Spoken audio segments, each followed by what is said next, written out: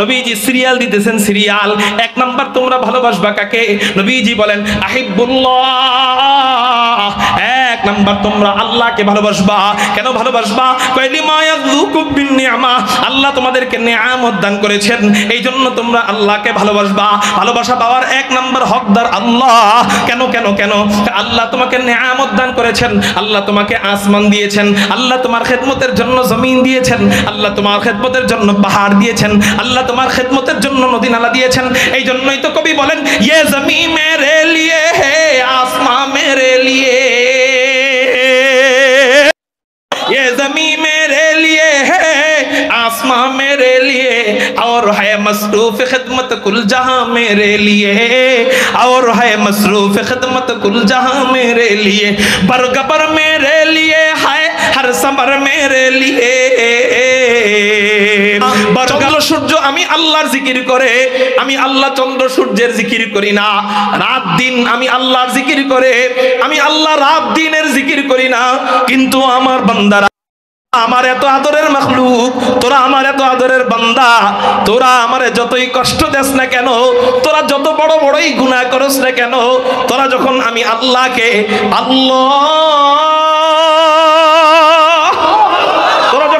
আল্লাহকে আল্লাহ বইলা ডাক দেস, আমি আল্লাহ আর সহ্য করে থাকতে পারি না।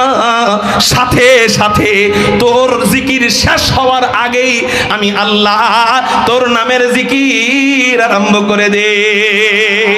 আল্লাহ আল্লাহ কে মজা মুর্শিদ কে মায়খানা মে, अल्लाह क्या मज़ा मुर्शिद के मायखाना में है, दोनों आलम की हकीकत एक पैवाने में है। এই জন্য আল্লাহ ওয়ালারা যখন জিকির করতেন তখন সহ্য করতে পারতেন না। আল্লাহ ওয়ালারা যখন জিকির করতেন তখন মাঝে মাঝে লাভ দিতেন। কেন কেন কেন?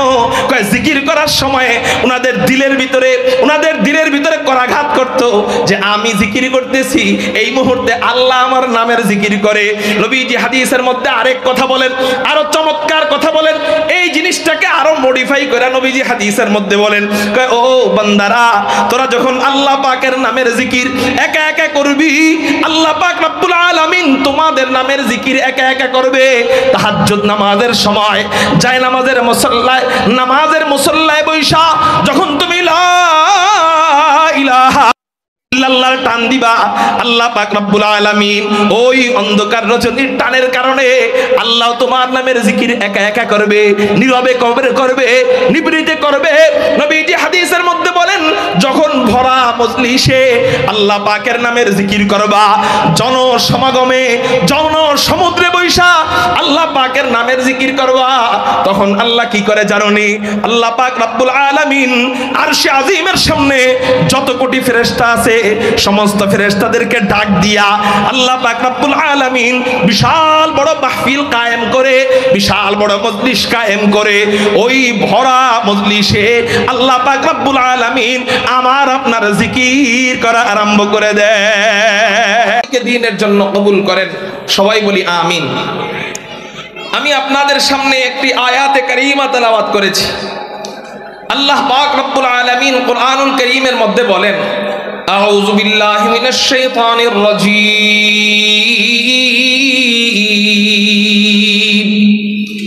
বিসমিল্লাহির রহমানির রহিম,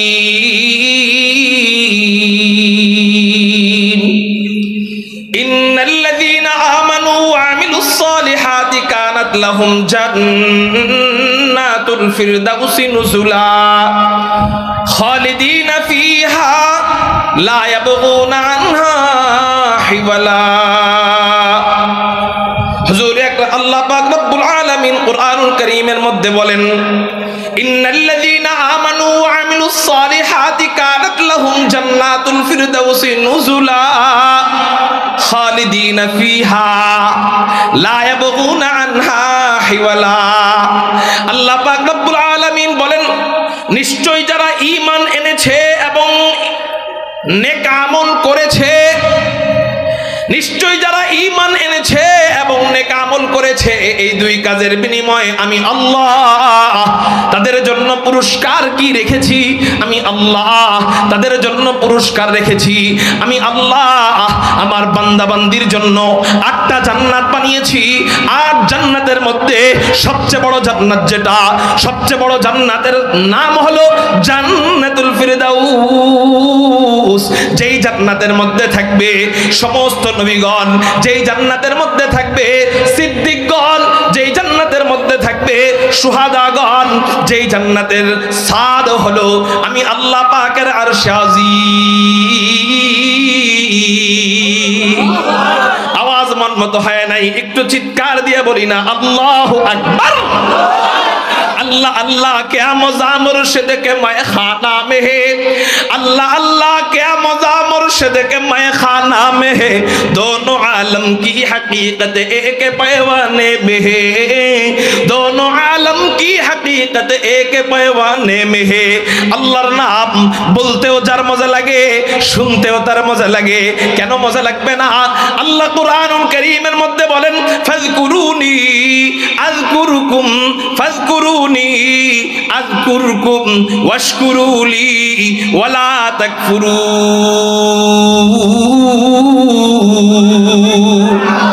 আল্লাহ পাক রব্বুল আলামিন কুরআনুল কারীমের মধ্যে বলেন, ও আমার বান্দারা তোরা আমার নামের জিকির কর, আমি আল্লাহ তোদের নামের জিকির করব।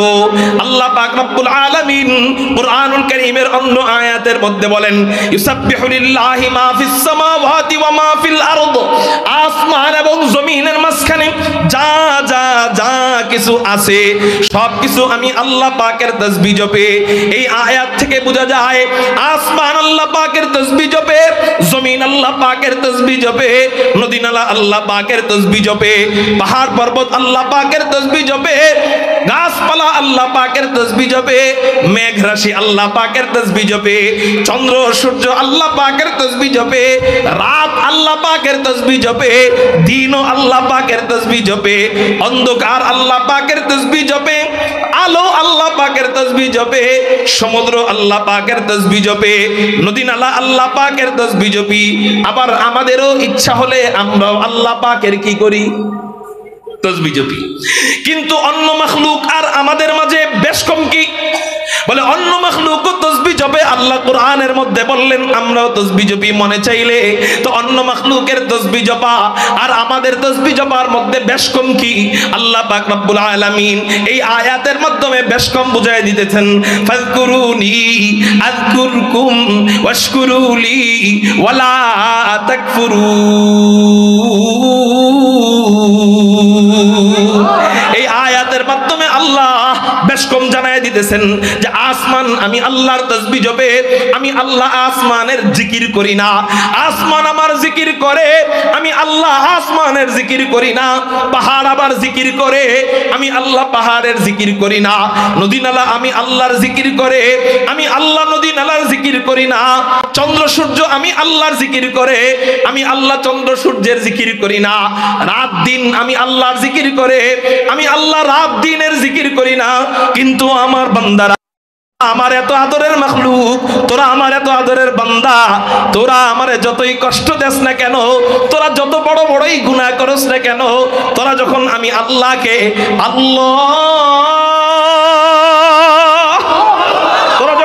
আল্লাহকে আল্লাহ বইলা ডাক দেস, আমি আল্লাহ আর সহ্য করে থাকতে পারি না। সাথে সাথে তোর জিকির শেষ হওয়ার আগেই আমি আল্লাহ তোর নামের জিকির আরম্ভ করে দে। আল্লাহ আল্লাহ কে মজা মুর্শিদ কে মায়খানা মে হে, अल्लाह क्या मज़ा मुर्शिद के मायखाना में है, दोनों आलम की हकीकत एक पैवाने में है। এই জন্য আল্লাহ ওয়ালারা যখন জিকির করতেন তখন সহ্য করতে পারতেন না। আল্লাহ ওয়ালারা যখন জিকির করতেন তখন মাঝে মাঝে লাভ দিতেন। কেন কেন কেন? কয় জিকির করার সময় ওনাদের দিলের ভিতরে করাঘাত করত যে আমি জিকির করতেছি, এই মুহূর্তে আল্লাহ আমার নামের জিকির করে। নবীজি হাদিসের মধ্যে আরেক কথা বলেন, আরো চমৎকার কথা বলেন। এই জিনিসটাকে আরো মডিফাই করে নবীজি হাদিসের মধ্যে বলেন, ও বান্দারা, তোরা যখন আল্লাহ পাকের নামের জিকির একা একা করবি, আল্লাহ পাক রব্বুল আলামিন তোমাদের নামের জিকির একা একা করবে। তাহাজ্জুদ নামাজের সময় যায় নামাজের মুসল্লায় বৈশা যখন তুমি লা ইলাহা ইল্লাল্লাহ টান দিবা, আল্লাহ পাক রব্বুল আলামিন ওই অন্ধকার রজনীর টানের কারণে আল্লাহ তোমার নামের জিকির একা একা করবে, নীরবে করবে, নিবৃতে করবে। নবীজি হাদিসের মধ্যে বলেন, যখন ভরা মজলিসে আল্লাহ পাকের নামের জিকির করবা, জনসমাগমে সমুদ্রে বৈশা আল্লাহ পাকের নামের জিকির করবা, তখন আল্লাহ কি করে জানোনি? আল্লাহ পাক রব্বুল আলামিন আরশে আজিমের সামনে যত কোটি ফেরেশতা আছে সমস্ত ফেরেশতাদেরকে ডাক দিয়া আল্লাহ পাক রব্বুল আলামিন বিশাল বড় মাহফিল কায়েম করে, বিশাল বড় মজলিস কায়েম করে, ওই ভরা মজলিসে আল্লাহ পাক রব্বুল আলামিন আমার আপনার জিকির করা আরম্ভ করে দেয়।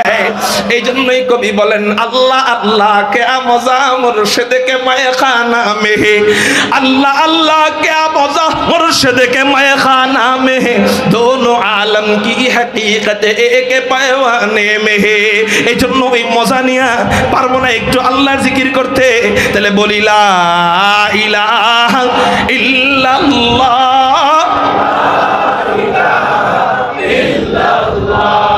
লা ইলাহা ইল্লাল্লাহ, লা ইলাহা ইল্লাল্লাহ, লা ইলাহা ইল্লাল্লাহ, লা ইলাহা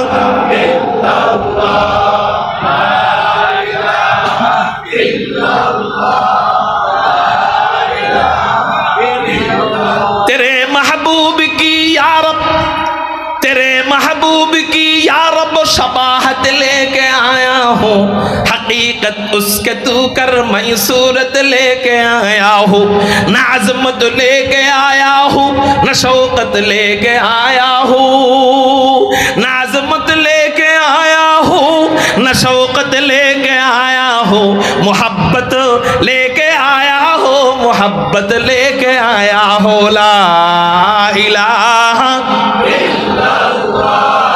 ला इलाहा इल्लल्लाह, ला इलाहा इल्लल्लाह, ला इलाहा इल्लल्लाह, ला इलाहा इल्लल्लाह, ला इलाहा इल्लल्लाह, ला इलाहा इल्लल्लाह मुहम्मदुर রাসূলুল্লাহ। বলেন না সাল্লাল্লাহু আলাইহি ওয়াসাল্লাম। তাহলে এই ভরা মজলিসে বসলে আল্লাহর নামের জিকিরের ক্ষেত্রে কৃপণতা করব আর জীবনে কখনো করব?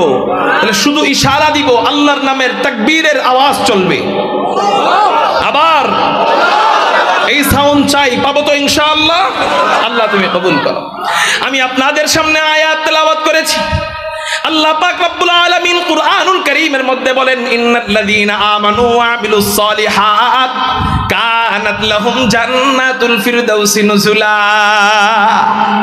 এই আয়াতের ভিতরে আল্লাহ পাক রব্বুল আলামিন তিনটা বিষয় আলোচনা করেছেন। জোরে বলেন কয়টা বিষয়?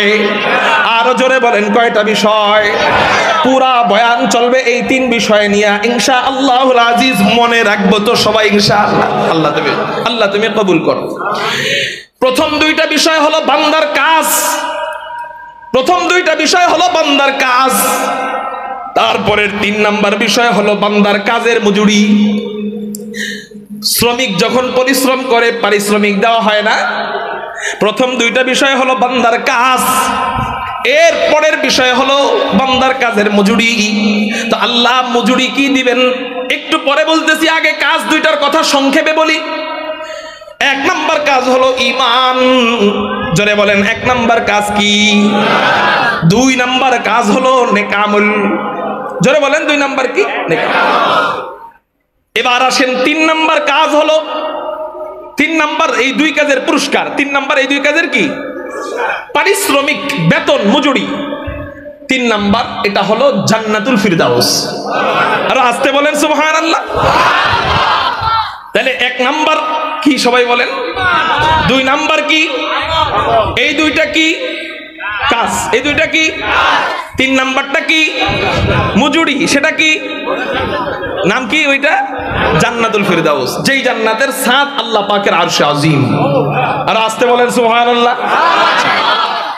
এবার একটু ঈমানের ব্যাখ্যা করতে হয়, আমলের একটু ব্যাখ্যা করতে হয়। প্রথম দুইটা কাজ, এই দুইটা হলো তৃতীয় পুরস্কার পাওয়ার রাস্তা। আর একটু সহজ করে যদি বলি তাহলে প্রথম 2 কাজ হলো জান্নাতে যাওয়ার রাস্তা। প্রথম 2 কাজ কোন জায়গায় যাওয়ার রাস্তা? জান্নাতে যাওয়ার রাস্তা। দুইটাই যদি জান্নাতে যাওয়ার রাস্তা হয় তাহলে আলাদা আলাদা বললেন কেন? একসাথে বললেই তো পারতেন। যেমন আমল, এক আমলের ভিতরে তো কত কিছুই আছে। নামাজ আছে, হজ আছে, রোজা আছে, যাকাত আছে। তো এইরকমই একটা কাজ হলো ঈমান আনা। তাহলে ঈমানকে আলাদা আনলেন, আমলকে আলাদা আনলেন। আমলের ভিতরেই তো ঈমান আল্লাহ উল্লেখ করতে পারতেন।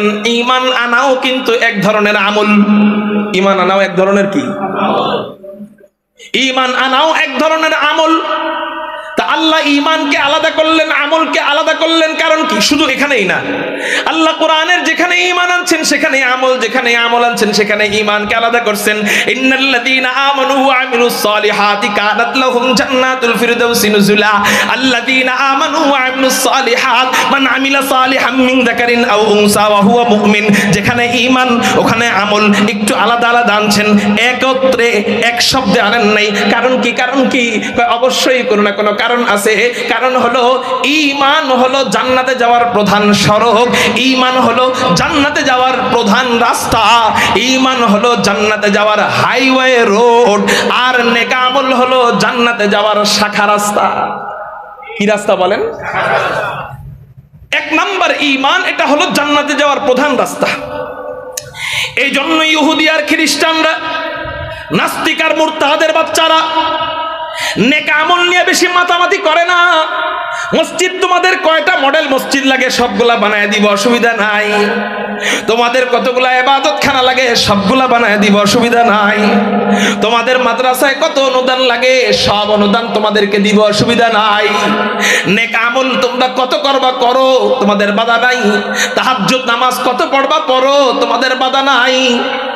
ওয়াজ নসিহত কত শুনবা শোনো, তোমাদের বাধা নাই। হ্যাঁ, মাদ্রাসায় কত পড়াইবা পড়াও, কোনো বাধা নাই। হ্যাঁ, নেক আমল নিয়ে কোনো বাধা দেয় না। কারণ নেক আমল নিয়ে কেউ যদি নেক আমল না করে আল্লাহ তারে চাইলে মাফ করে জান্নাত দিয়েও দিতে পারে। জীবনে কেউ নামাজ পড়ে নাই, জীবনে কেউ রোজা রাখে নাই, জীবনে কেউ হজ করে নাই, জীবনে কেউ যাকাত দেয় নাই, জীবনে কেউ নফল নামাজ পড়ে নাই, জীবনে কেউ নবীজির প্রতি দুরূদ সালাম পাঠায় নাই, কিন্তু ঈমান নিয়ে কবরে গেছে, এতটুকু বিশ্বাস করছে আশহাদু আল্লাহ ইলাহা ইল্লাল্লাহ ওয়া আশহাদু আন্না মুহাম্মাদান আবদুহু ওয়া রাসূলুহু। আল ঈমানু হুয়া তাসদীকু মা জাআ বিহি নবী সাল্লাল্লাহু আলাইহি ওয়াসাল্লাম। এই যে এতটুকু নিয়ে কবরে গেছে, নবীজি বলেন এই যাররা পরিমাণ ঈমান তার দিলের ভিতরে থাকার কারণে আল্লাহ পাক রব্বুল আলামিন জীবনে সে নামাজ না পড়লেও, জীবনে সে রোজা না রাখলেও, জীবনে সে হজ না করলেও, জীবনে তার আমলনামায় একটা নেকি না থাকলেও এই ঈমানের বদৌলতে আল্লাহ চাইলে তারে মাফ করে জান্নাত দিয়ে দিতে পারে। তাহলে মেন রাস্তা যদি থাকে তাহলে জান্নাতে একদিন না একদিন সে যাবেই যাবে। আল্লাহ চাইলে শুরুতেও মাফ করতে পারবেন, আবার যদি না চান তাইলে শাস্তি দিয়া, সব নামাজের শাস্তি দিয়া, রোজা না রাখার শাস্তি দিয়া, হজ না করার শাস্তি দিয়া, দাড়ি না রাখার শাস্তি দিয়া, মদ খাবার শাস্তি দিয়া একদিন না একদিন আল্লাহ তারে জান্নাত দিতে পারে। কারণ তার প্রধান সড়ক কি আছে? ঠিক আছে। এই জন্য নাস্তিক মুরতাদরা আমল নিয়ে বেশি মাতামাতি করে না। কেন? আমল যদি নষ্ট করে আমাদের ঈমান ঠিক থাকলে তো একদিন জান্নাতে যাবই। এই জন্য শয়তানদের আমল নিয়ে কোনো টেনশন নাই, টেনশন হলো আমাদের প্রধান সড়ক নিয়ে, ঈমান নিয়ে। এই জন্যই কখনো কখনো দেখবেন বান্দরতন্ত্র নিয়ে মাথা চাড়া দেয়, স্কুল কলেজের বাচ্চাদেরকে বান্দরের শিক্ষা শিখায়, ঈমানকে ধ্বংস করে দিতে চায়। আবার কখনো কখনো দেখবেন ট্রান্সজেন্ডার নিয়ে মাথা চাড়া দেয়, আবার কখনো কখনো দেখবেন শরীফার শিক্ষা নিয়ে মাথা চাড়া দেয়। কেন কেন কেন? কয়েকজন বাচ্চা স্কুলের বইয়ের মধ্যে যখন পড়বে, তুমি ছেলে চাইলে তুমি নিজেকে মেয়ে বলতে পারো, তুমি আবার মেয়ে চাইলে নিজেকে ছেলে বলতে পারো। অথবা যখন একজন বাচ্চা স্কুলের বইয়ের মধ্যে পড়বে, তুমি আব্বাজান আদম থেকে আসো নাই, আল্লাহ পাক তোমাকে সৃষ্টি করে নাই, মাটি থেকে তোমাকে বানানো হয় নাই। স্কুলের বাচ্চা পড়বে আমাকে বানানো হয়েছে বান্দর থেকে, আপনি বলবেন হযরত আমার সন্তান বান্দর থেকে হয়েছে, এটা বিশ্বাস করে না। যদিও স্কুলে পড়ানো হবে কিন্তু আমার বাচ্চা বিশ্বাস করবে না। আমি বলবো বিশ্বাস করে না, ঠিক আছে, কিন্তু স্কুলের পরীক্ষার মধ্যে যখন প্রশ্ন আসবে তুমি কিসের সন্তান, তোমার উৎস কোথায়, তোমার আদি কোথায়, তুমি কোথার থেকে আসছো, তখন কি ও লিখবে বইয়ের মধ্যে লেখা তুমি বান্দর থেকে আসছো, ও লেখার সময় লিখবে আমি আদম থেকে আসছি? কি লিখবে? ওর পাস করার জন্য কি লিখতে হবে? আমি বানর থেকে আসছি। এই ঢুকবে ইমানদার হয়ে, লেখার কারণে বের হবে বেঈমান হয়ে, ঠিক না ভাই? ঠিক। এই জন্য ইমানকে ধ্বংস করার জন্য নাস্তিক মুরতাদ একের পর এক ইস্যু দাঁড় করায় কেমনে যে ইমানটারে ধ্বংস করা যায়। ইতিপূর্বে যখন আপনাদের মোহাব্বতের আপা ছিল তখন এরা অনেক পায়তারা করছে। ইউনূস সাহেব আসার পরে অনেকে খুশি হয়েছিল যে আপা তো চলে গেছে। তা আমি মনে মনে ভাবছিলাম আপা চলে গেছে, ব্রাদার আসছে, তো উনি অনেক আল্লাহওয়ালা নাকি? উনি তো অনেক আল্লাহওয়ালা না। ইসলাম সম্পর্কে ওনার তো তেমন বুঝ নাই, তেমন জ্ঞান নাই। হ্যাঁ, উনি অনেক শিক্ষিত, ইউনূস সাহেব অনেক শিক্ষিত, এই জন্য ধন্যবাদ জানাই। যে ইসলাম সম্পর্কে পর্যাপ্ত পরিমাণ জ্ঞান ওনার না থাকার কারণে ওই যে আগের সময়ে যেই সমস্ত নাস্তিক মুরতাদরা শিক্ষা কারিকুলামের ভিতরে নাস্তিক্যবাদ ঢুকিয়ে দিতে চেয়েছে, বর্তমানে এরা নারীবাদীর নাম দিয়া মুসলমানদের ঈমানকে হরণ করার চেষ্টার জন্য নেমেছে। এদের হেডলাইন কি খেয়াল করেন, কিছু বুঝার বিষয় শুনতে হবে। কেমনে আমাদের ঈমানকে তারা কেড়ে নিয়ে যায়, কেমনে আমাদের প্রধান সড়ককে তারা আটকে দিয়ে আমাদেরকে জান্নাত থেকে জাহান্নামের দিকে নিয়ে যাবে, এটা আমাদের জানতে হবে। সুকৌশলে আমাদের ঈমানগুলা কিভাবে চুরি করে নিয়ে যাবে, এটা আমাদের জানতে হবে। জানলে না বুঝতে পারবো যে আমি আমার ঈমানকে কেমনে আটকে রাখবো। জানি না তো চুরি করে নিয়ে গেলে বুঝবো কেমনে? এজন্য জানার দরকার আছে না নাই? বর্তমানে একটা ইস্যু শুরু হয়েছে ডক্টর ইউনূস সাহেবের কাছে। নাস্তিক্যবাদ নারীবাদীরা এরা প্রতিবেদন দিয়েছে। প্রতিবেদনের সারমর্ম হলো এরা হেডলাইন বুঝাইতে চায়, এই হেডলাইনটা সেটা হলো আধুনিকতা নারীকে স্বাধীনতা দেয় আর পরাধীনতা ইসলাম নারীকে পরাধীন বানায়। নাউজুবিল্লাহ বলেন। আধুনিকতা নারীকে কি দেয়? স্বাধীনতা।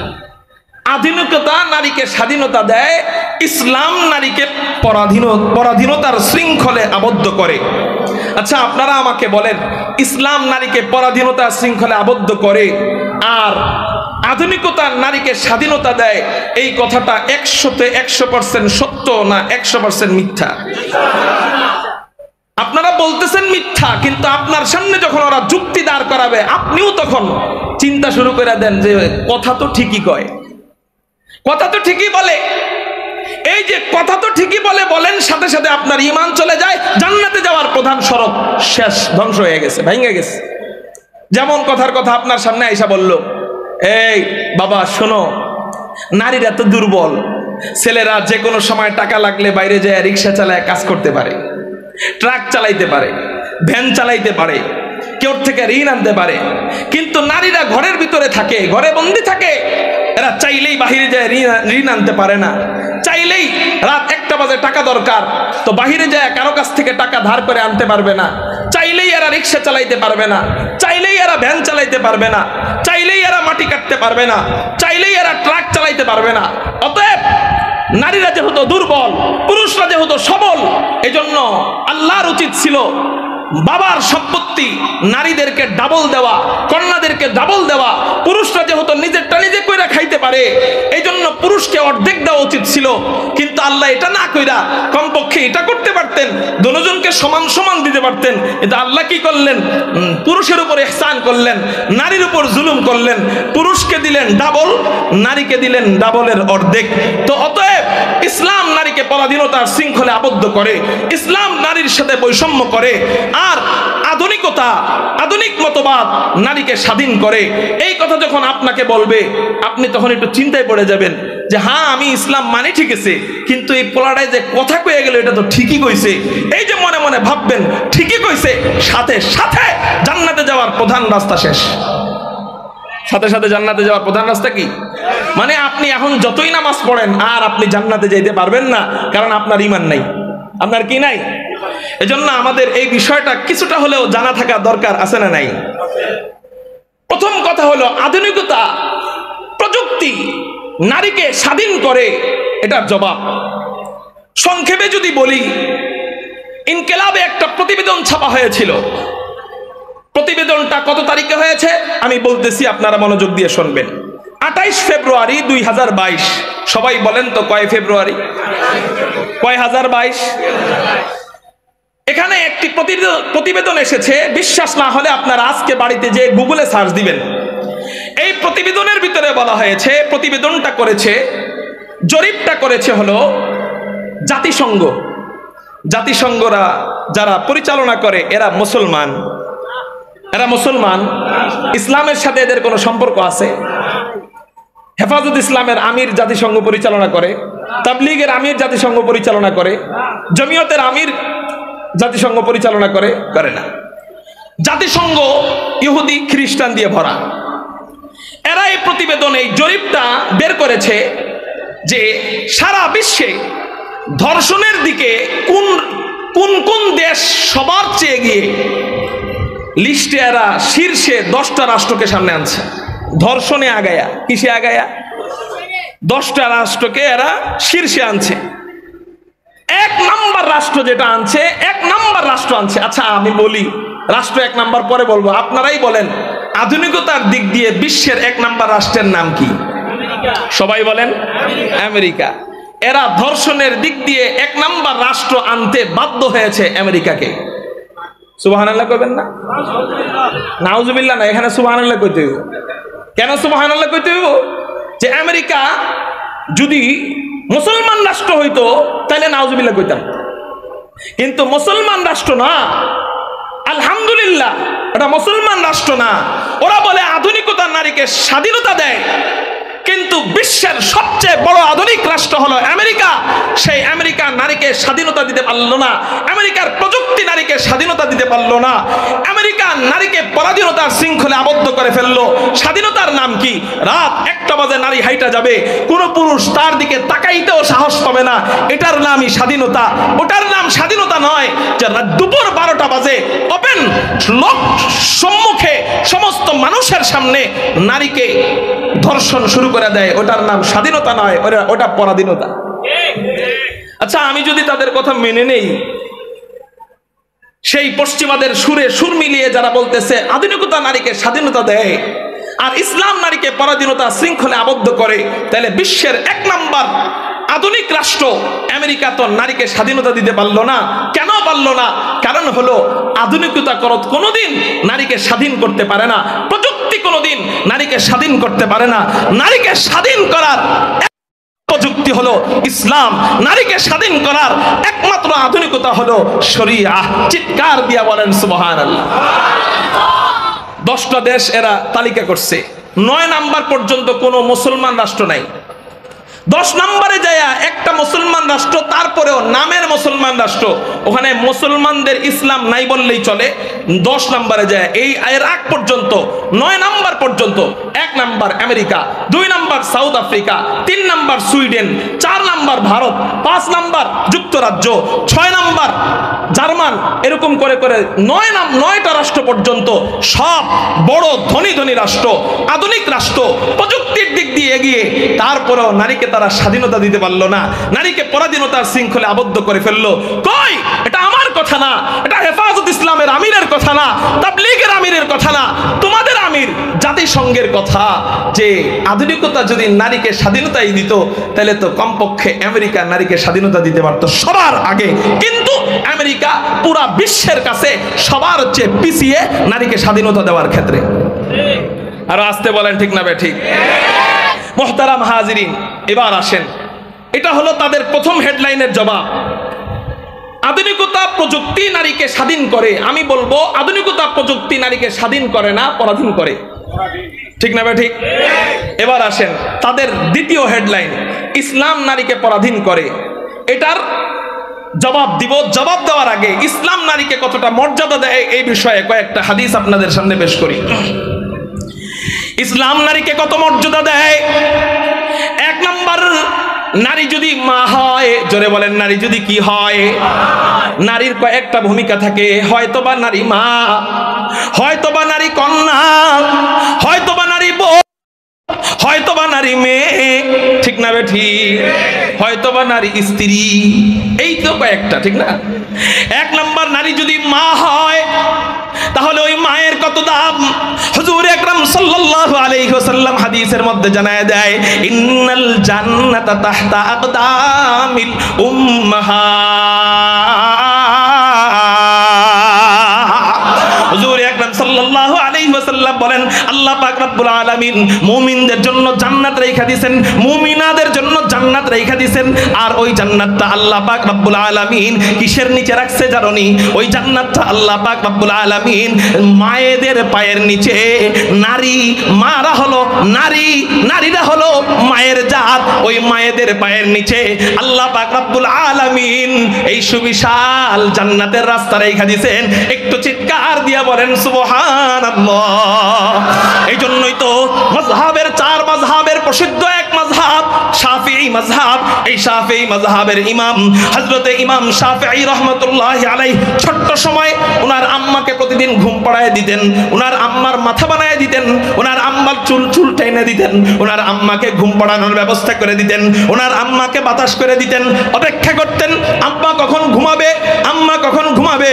এক পর্যায়ে ঘুমায় যখন যাইতো, প্রতিদিন রাত্রে বেলা হযরতে ইমাম শাফিঈ রাহমাতুল্লাহি আলাইহির জীবন কাহিনী পড়লে আপনারা খুঁজে পাবেন, হযরতে ইমাম শাফিঈ রাহমাতুল্লাহি আলাইহি তার মায়ের পায়ের সামনে আইসা তার মায়ের পায়ের নিচে চাটা দিতেন। আল্লাহু আকবার। পায়ের নিচে কি দিতেন? চাটা দিতেন, চাটা। হযরতে ইমাম শাফিঈ রাহমাতুল্লাহি আলাইহি মায়ের পায়ের নিচে চাটা দিতেন, চাটা।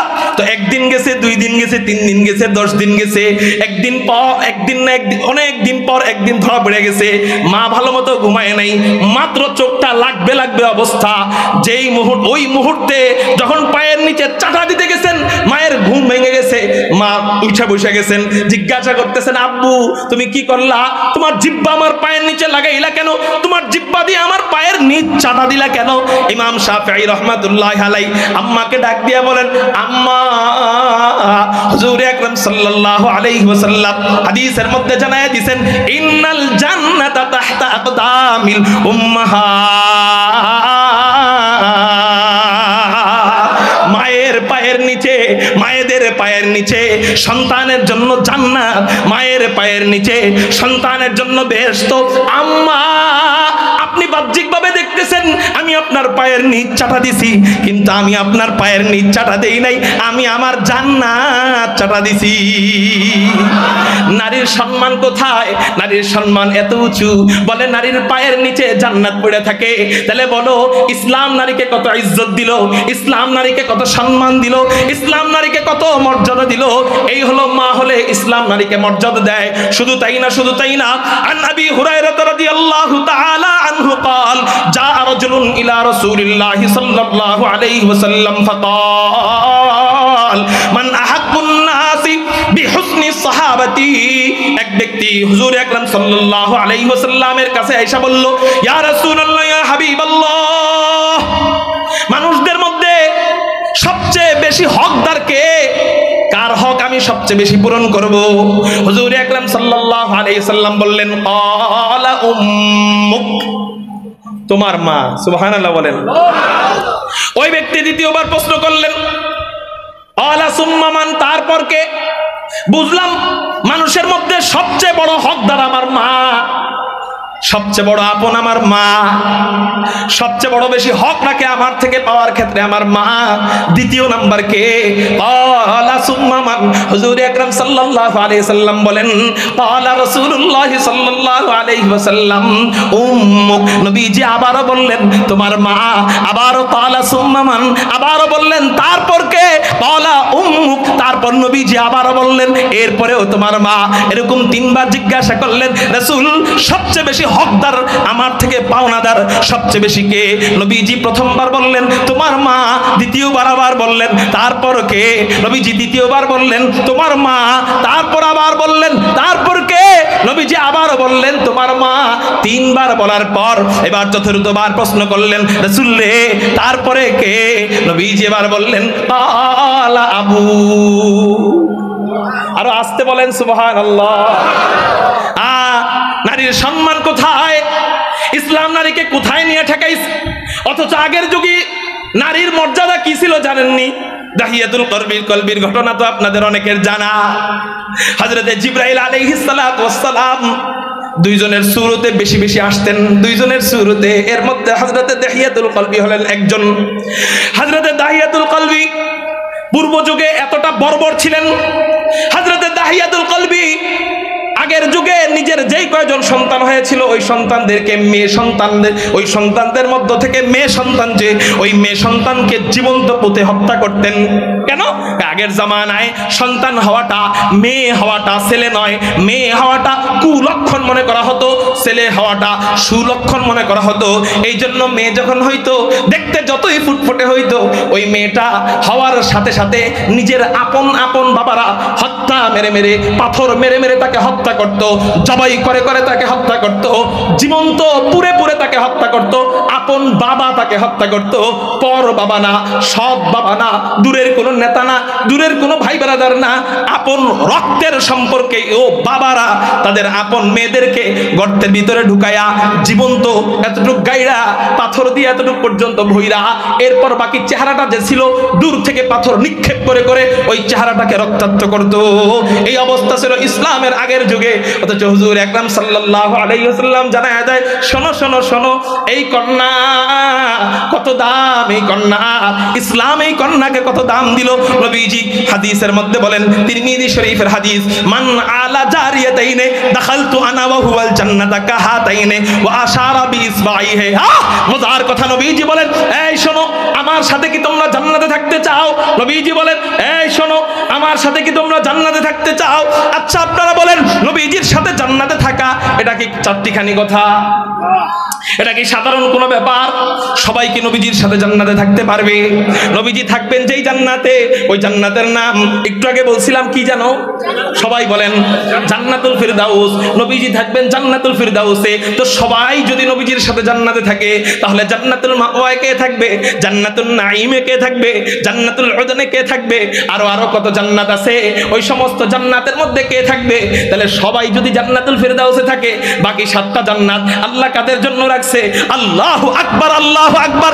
এই জন্য নবীজির সাথে জান্নাতে থাকা চারটিখানি কথা না, অনেক বড় ভাগ্যের ব্যাপার। নবীজি বলেন শোনো শোনো শোনো, আমার সাথে তোমরা জান্নাতে থাকতে চাও, তাহলে শুনে নাও, একটা মাত্র আমল করো। এই আমলের বদৌলতে আমি নবী তোমাকে কথা দিলাম, আমার সাথে, শুধু আমার সাথে না, এই যে 2 আঙ্গুল দেখতেছো, আশারা বিইসবাইলে, এই যে 2 আঙ্গুল দেখতেছো, এই 2 আঙ্গুল ইশারা দিয়ে নবীজি বলেন এই 2 আঙ্গুল যত কাছে আমার সাথে জান্নাতে, মানি তুমি এক এলাকায় থাকবা, আমি আরেক এলাকায় থাকবো, এমন নয়।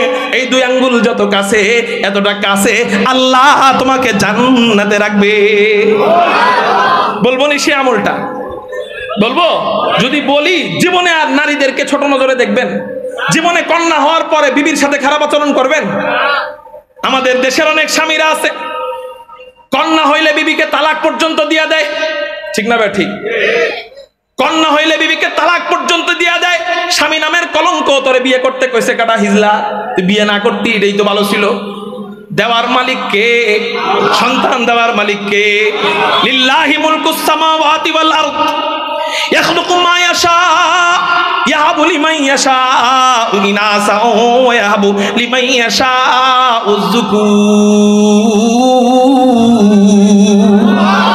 আচ্ছা, এই যে একটা আয়াত তেলাওয়াত করলাম, মাত্র মাথায় আসলো, এই আয়াতের ভিতরেও দেখেন কত মজার সিরিয়াল। ইসলাম নাকি নারীর ক্ষেত্রে বৈষম্য করছে? ইসলাম কি নাকি শুধু পুরুষকেই দিছে, নারীকে দেয় নাই? এখানে আল্লাহ কোরআনের মধ্যে আগে নারীর কথা আনছে, সুবহানাল্লাহ বলেন। আচ্ছা, আগে যার কথা কয় সে সম্মানী, না শেষে যার কথা বলে সে সম্মানী? এই স্টেজে অনেকে উপস্থিত আছে, আমি মনে করেন 10 জনকে চিনি, এখন আমি একজন একজন করে নাম বললাম, উপস্থিত অমুক এলাকার মাননীয় চেয়ারম্যান সাহেব অমুক অমুক অমুক, আগে একজনের নাম বললাম। বলতে বলতে বলতে বলতে বলতে বলতে 10 নম্বরে একজনের নাম বললাম। আমার নাম বলার ক্ষেত্রে, সিরিয়ালের ক্ষেত্রে আপনারা বুঝে নিবেন সম্মানী কে বেশি, প্রথম জন না শেষ জন? সবাই বলে। আল্লাহ পাক রব্বুল আলামিন কুরআনুল কারীমের মধ্যে বলতেছেন, আমার দিকে খেয়াল করেন, ইয়াহাবু লিমান ইয়াশাউ ইনাসা, বলেন না চিৎকার দিয়ে আল্লাহু আকবার। আপনাদের কি অনেক কষ্ট হইতেছে নি? আল্লাহ বললেন ইয়াহাবু লিমান ইয়াশাউ ইনাসা, আল্লাহ যাকে ইচ্ছা তাকে কন্যা সন্তান দান করে, ওয়া ইয়াহাবু লিমান ইয়াশাউ যুকুর, আল্লাহ যাকে ইচ্ছা তাকে পুরুষ দান করেন, ছেলে দান করেন। আগে বললেন মেয়ের কথা, তারপরে বললেন ছেলের কথা। তার মানে আল্লাহ কোরআনের আয়াতের ভিতরেও কন্যার সাথে বৈষম্য করে নাই। ইসলামই একমাত্র কন্যাকে সাম্য দিয়েছে। একটু চিৎকার দিয়া বলেন সুবহানাল্লাহ। তো বলতেছিলাম, কন্যা হওয়ার কারণে বিবিকে কখনো খারাপ আচরণ করবেন না, কারণ কন্যা দেনে ওয়ালাকে, ছেলে দেনে ওয়ালাকে। নবীজি বললেন শোনো, ওই যে আমার কাছে যদি জান্নাতে থাকতে চাও, আমার পাশে যদি জান্নাতে থাকতে চাও, তাহলে শুনে নাও হুজুর আকরাম সাল্লাল্লাহু আলাইহি ওয়াসাল্লাম জানায়া দেয়, মান আলা জারিয়াতাইনে দাখালতু আনা ওয়া হুয়াল জান্নাতা কাহাতাইনে ওয়া আশারা বিইসবাইহি। নবীজি বলেন যে ব্যক্তির ঘরে 2 জন কন্যা সন্তান আছে, ওই 2 জন কন্যা সন্তানকে সে সুন্দরভাবে লালন পালন করলো। কন্যা হওয়ার কারণে সে কখনো কম দেয় নাই। ছেলে হইছে যে ওরে সব সময় বেশি, কন্যা বড় হয়ে কামাই খাওয়াবে না, এই জন্য আদর কম, এই জন্য ওরে চকলেট কম, এই জন্য ওরে খেলতে নিয়ে যায় কম, এই জন্য ওরে খেলনা দেয় কম, সব সময় ছেলেকে দেয় বেশি। নবীজি বলেন না না না, এই বৈষম্য করবা না। সাউ বাইনা আউলাদিকুম বিল আতিয়া। নবীজি আরেক হাদিসের মধ্যে বলেন, তোমরা তোমাদের সন্তানদেরকে যখন হাদিয়া দাও, হাদিয়া দেওয়ার ক্ষেত্রে সমতা রক্ষা করো। কয় কেন কেন কেন কেন সমতা রক্ষা করবা? কয় ফালাউ কুনতুম মুফাদ্দিলান, যদি আমি কাউকে বেশি দিতাম, নবীজি বলেন যদি আমি কাউকে হাদিয়া বেশি দিতাম, যদি আমি কাউকে চকলেট বেশি দিতাম, যদি আমি কাউকে খেলনা বেশি দিতাম, যদি আমি কাউকে টাকা বেশি দিতাম, লাফাদ্দালতুন নিসা, তাহলে আমি মেয়েটারে বেশি দিতাম। যেহেতু একজনকে বেশি দিয়া আরেকজনকে কম দিলে জুলুম হয়ে যাবে, এই জন্য আমি নবী তো জুলুম করতে পারি না, আমি তো ইহসান ওয়ালা নবী, আমি তো ইনসাফ ওয়ালা নবী। এই জন্য তোমরা যখন তোমাদের সন্তানদের ক্ষেত্রে হাদিয়া দিবা, ওই ওয়ারিস সূত্রে যে সম্পত্তি ওইটা না, ওটার মাসালা আলাদা, ওটার ক্ষেত্রটা ভিন্ন। ইনশাআল্লাহ সময় যদি পাই ওটা বুঝাইয়া দিব। এমনি স্বাভাবিক হাদিয়া, বাড়িতে নিয়ে গেছেন 3টা চকলেট, আপনি 2টা দিলেন সবসময় ছেলেকে, আর আরেকটা দিলেন সবসময় মেয়েকে। বাড়িতে বিশাল বড় রুই মাছ রান্না করছেন, কি মাছ? সব সময় রুই মাছ রান্না করছেন। রুই মাছ রান্না করলে যে পোলাটা আপনারা কামাই খাওয়ায়, মাছের মাথাটা সব সময় ওর জন্য, আর শেষে খাইতে খাইতে ওই যে লেঞ্জার কাটার জায়গাটা যে থাকে ওটা মাইয়ার লেগে থুয়ে দেন, আছে না নাই? সব সময় ছেলেকে মাছের মাথা, মেয়েটাকে মাছের লেজা, সব সময় ছেলের জন্য গরুর নলি, আর মেয়েটার জন্য শক্ত শক্ত গোস্ত, যেগুলা গলা দিয়া যায় না ওগুলা মেয়ের জন্য ফালায় রাখেন। এই হলো আমাদের সমাজের পরিস্থিতি। নবীজি বলেন না, একদিন মেয়েকে যদি নলি দাও আর একদিন ছেলেকে নলি দাও, একদিন যদি ছেলেকে নলি দাও আর একদিন মেয়েকে নলি দাও, কথার কথা, একদিন মেয়েকে যদি মাছের মাথা দাও আর একদিন ছেলেকে মাছের মাথা দাও, একদিন যদি ছেলেকে মাছের মাথা দাও আর একদিন মেয়েকে মাছের মাথা দাও, সাবধান কম বেশ করো না। যদি কম বেশই করতাম আমি মেয়েরে বেশি দিতাম। আল্লাহু আকবার। কালকে বাড়িতে যায় বললেন আল্লাহ। তো বলতেছিলাম নবীজি বলতেছেন, মান আলা জারিয়াতাইনে দাখালতু আনা ওয়া হুয়াল জান্নাতা কাহাতাইনে। যে ব্যক্তি এরকম করে বৈষম্য ছাড়া সাম্যের সাথে কন্যা সন্তান 2 জনকে লালন পালন করবে, সুন্দরভাবে বিয়ে দিয়ে দিবে, বিবাহের ব্যবস্থা করে দিবে, হ্যাঁ কখনো খোটা দিবে না। মেয়েটা তো এমনি দুর্বল, কামাই করতে পারবে না, এটা এই জন্য কখনো খোটা দিবে না। ছেলেটা কামাই করতে পারে, ওরে সবসময় আদর করবে। মেয়েকে খোটা দিবে এমন হবে না, সুন্দর আচরণ করবে। মেয়ে হওয়ার কারণে মেয়ের মায়ের সাথে খারাপ আচরণ করবে না। নবীজি বলেন শোনো, তার জন্য আমি নবী তিরমিজি শরীফের মধ্যে ঘোষণা জানায় দিলাম, সুসংবাদ জানায় দিলাম, গোলাম দাখালতু আনা ওয়া হুয়াল জান্নাতা কাহাতাইনে ওয়া আশারা বিইসবাইহি।